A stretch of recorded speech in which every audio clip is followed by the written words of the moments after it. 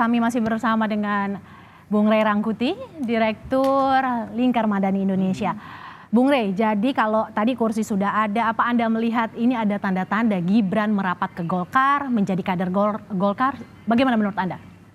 Apalagi yang mau dijelaskan untuk mengatakan tidak gitu loh.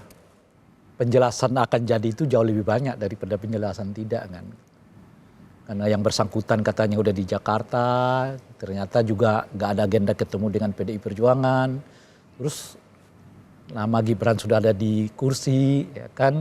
Terus dua narasumber yang diwawancara tadi dengan 80% menyeratkan Gibran gitu. Saya kira nggak ada lagi yang perlu dijelaskan untuk tidak mengatakan bahwa itu ke Gibran, karena tanda-tandanya ke arah sana jauh lebih banyak dibandingkan yang sebaliknya gitu. Jika memang Gibran Rakabuming Raka nanti akan diusulkan menjadi bakal calon wakil presiden yang diusung oleh Partai Golkar, lantas bagaimana dengan PDI Perjuangan? Ya otomatis akan meninggalkan PDI Perjuangan dengan atau tanpa pernyataan Gibran kan. Karena saya tidak tahu gitu. Misalnya kalau yang bersangkutan itu kan harus didukung oleh partai politik kan. Bisa saja dia sifatnya independen, itu sih nggak mungkin. Tapi saya kira ya akan sulit untuk menerima figur seperti Gibran ini dengan kondisi independen gitu loh. Karena setiap partai kan mau mengambil keuntungan elektoral juga dari figurnya Gibran gitu. Mungkin karena itulah misalnya mengapa Golkar menyediakan tempat. Tadi kan disebutkan ya, bagi Gibran di dalam Rakernas ini, hal yang sama nggak dilakukan oleh Partai Golkar kepada tokoh-tokoh yang lain yang mungkin diusung oleh Golkar, yang kemungkinan gitu. Ya karena mereka mau mengatakan Gibran ini seolah-olah adalah orang yang dekat dengan Golkar, sehingga efek elektoral Gibran itu juga kan berefek kepada Partai Golkar. Maka oleh karena itulah saya mengatakan tentu menjadi kerugian kalau Golkar dibiarkan seperti independen masuk ke ke calon wakil presidennya Pak Prabowo. Artinya Golkar mendapat apa? Dia kan setidaknya harus mendapat elektoral juga dari pencalonan itu. Dan oleh karena itulah mungkin dia harus melihat Gibran ini harus bagian dari saya.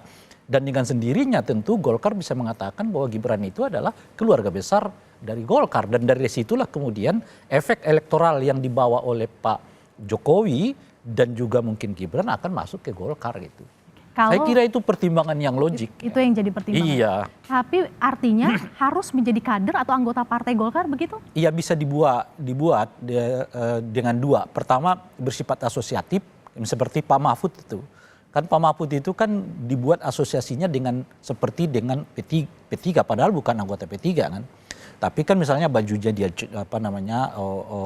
hijau ya dan seterusnya itu. Jadi dicoba diasosiasikan sebagai bagian dari P3 padahal bukan, sampai sekarang belum dinyatakan sebagai anggota partai manapun Pak Mahfud MD gitu.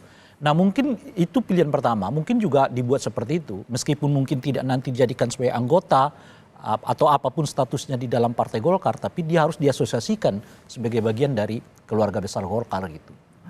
Apa juga bisa dikatakan bahwa Partai Golkar seolah mengunci bahwa ya ini Gibran kuning? Saya kira pertimbangan Golkar itu bukannya sekedar keluar ya. Jadi menurut saya yang keluar itu tadi bagaimana mendapuk elektoral dari mereka yang seolah-olah mencalonkan Gibran itu kan.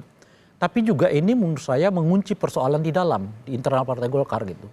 Sebab kan seperti kita ketahui Rakernas Partai Golkar itu mengamanatkan ketua umum mereka menjadi calon presiden dan setidaknya wakil presiden, dan dua-duanya kayaknya lost kan, mereka nggak bisa mencapai itu.